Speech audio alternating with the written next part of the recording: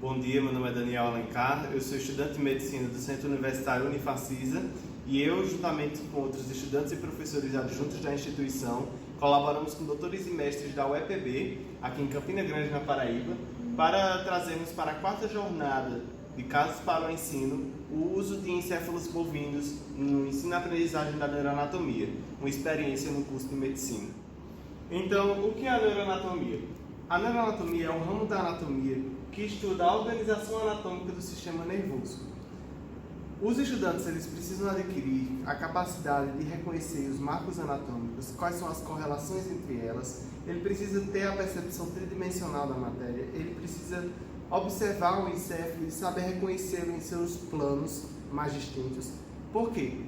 Tudo isso é para que o estudante tenha uma visão minuciosa sobre a estrutura do sistema nervoso, tanto central quanto periférico, porque as patologias que acometem o sistema nervoso, elas vão alterar sua conformação física.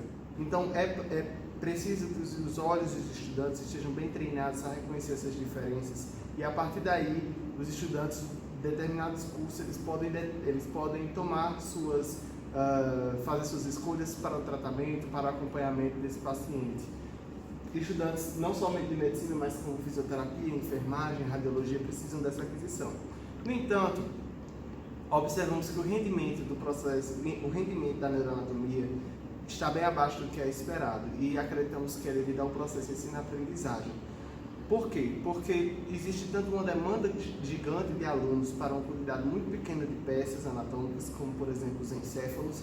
Os encéfalos eles precisam ser bem trabalhados, bem estudados, eles precisam ser bem conservados em laboratórios, que precisam ter muitas regras para poder conservar esse material, essa matéria, de forma que os próximos períodos venham a estudar também. Então, o estudante ele só tem a capacidade de estudar no encéfalo na presença do professor na hora da aula com outros 40 estudantes que estiverem observando também. É necessário que o estudante ele assuma uma postura ativa de ator no seu processo de ensino-aprendizagem, porque observamos que com uma postura passiva de observador não é suficiente para que o aluno faça a correlação dos assuntos ministrados em sala de aula com aquela prática que o aluno consegue observar o encéfalo ali em suas mãos. Então ele precisa assumir uma postura de ator e ele ter a responsabilidade sobre o seu entendimento em relação ao assunto. Para isso vamos utilizar a anatomia comparada para entendermos essa neuroanatomia. O intuito desse artigo é de apresentar e discutir resultados de uma experiência inicial com metodologias ativas, utilizando o encéfalo bovino para simular um momento intraoperatório neurocirúrgico. É nosso objetivo também investigar novas formas de aprendizagem no campo da neuroanatomia. Então, na busca de novas formas no processo de ensino-aprendizagem da neuroanatomia, nosso professor nos instigou a reproduzir um momento transoperatório neurocirúrgico, em que utilizaríamos um encéfalo bovino para simular um encéfalo humano, para realizar uma técnica do uso da fluoresceína, que é o uso da fluorescência para ressecção de tumores cerebrais. Também foi proposto que realizássemos um questionário no momento da exposição desse trabalho, no qual os estudantes de medicina iriam responder esse questionário e teríamos que nos averiguar de que esses estudantes teriam já pago a disciplina de neuroanatomia.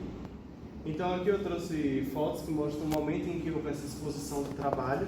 Temos aqui os apresentadores, a própria exposição aqui com o manequim, com o soro que tem a fluoresceína. E aqui é onde temos a caixa onde tem um encéfalo dentro, e o estudante ele observa e consegue manipular através de um aspirador, de um bipolar, de instrumentais de uma neurocirurgia. Aqui dentro, quando o estudante ele olha com os instrumentais, ele é capaz de perceber e manipular o encéfalo bovino. Aqui ele consegue perceber esse ponto mais luminoso, que é onde a fluoresceína se acumulou mais e quando a luz negra incide sobre ela, ela é capaz de ter uma fluorescência bem marcante, determinando que ali existe um tumor cerebral. Aqui temos um encéfalo bovino que, quando o estudante observou esse encéfalo, ele respondeu esse questionário e falou pela primeira pergunta que conseguiu perceber similaridades entre o encéfalo animal e o encéfalo humano, e que acredita que essas similaridades, essa percepção que ele teve pode ser trazida para dentro da sala de aula e melhorar o processo de ensino-aprendizagem na neuroanatomia. Então, 100% dos estudantes, 34% são estudantes de medicina que já pagaram a disciplina de neuroanatomia e acreditam que enxergaram similaridades que pode ser trazido para dentro da sala de aula. Na segunda pergunta, foi tratado sobre a percepção dos entrevistados acerca dessa metodologia ativa, em relação a se merece atenção, pode ser melhorado e trazido para a sala de aula, podendo trazer contribuições significativas para o processo de ensino-aprendizagem. 100%, os 34 estudantes que responderam, afirmaram que este tipo de metodologia deve ser trazido para dentro da sala de aula. Em relação à terceira pergunta, é sobre o que é anatomia comparada. Então, 58,83% afirmaram que conheciam a anatomia comparada, mas não dominavam o seu significado. Já 23,53% afirmaram que conheciam o significado e dominavam o que significava, dominavam o conceito, e que 17,64% nunca tinham ouvido falar sobre a anatomia comparada.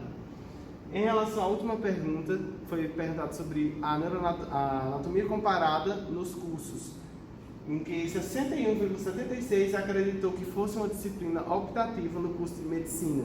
Acreditavam que eles tinham capacidade de pagar essa disciplina no futuro no curso.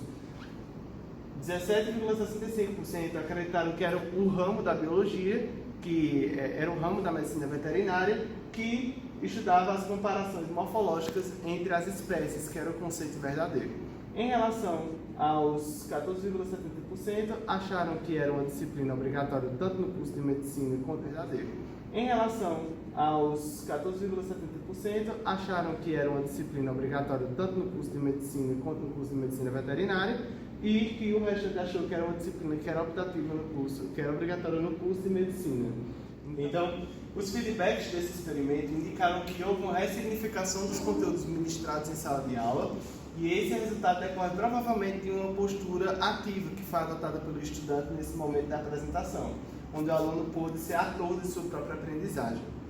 Também acredita-se que, se utilizados os princípios de anatomia comparada entre encéfalos bovinos e suínos com os humanos, pode ocorrer uma melhora no rendimento dessa disciplina de neuroanatomia nos cursos de saúde.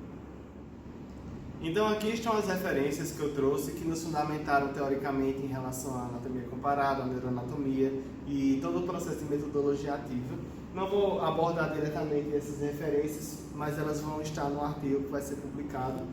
E aqui, para finalizarmos, dizer obrigado pela atenção a esse trabalho. Temos aqui o primeiro lugar que conseguimos com este trabalho e foi apresentado com aqui o nosso professor e a nossa orientadora também, e nós alunos.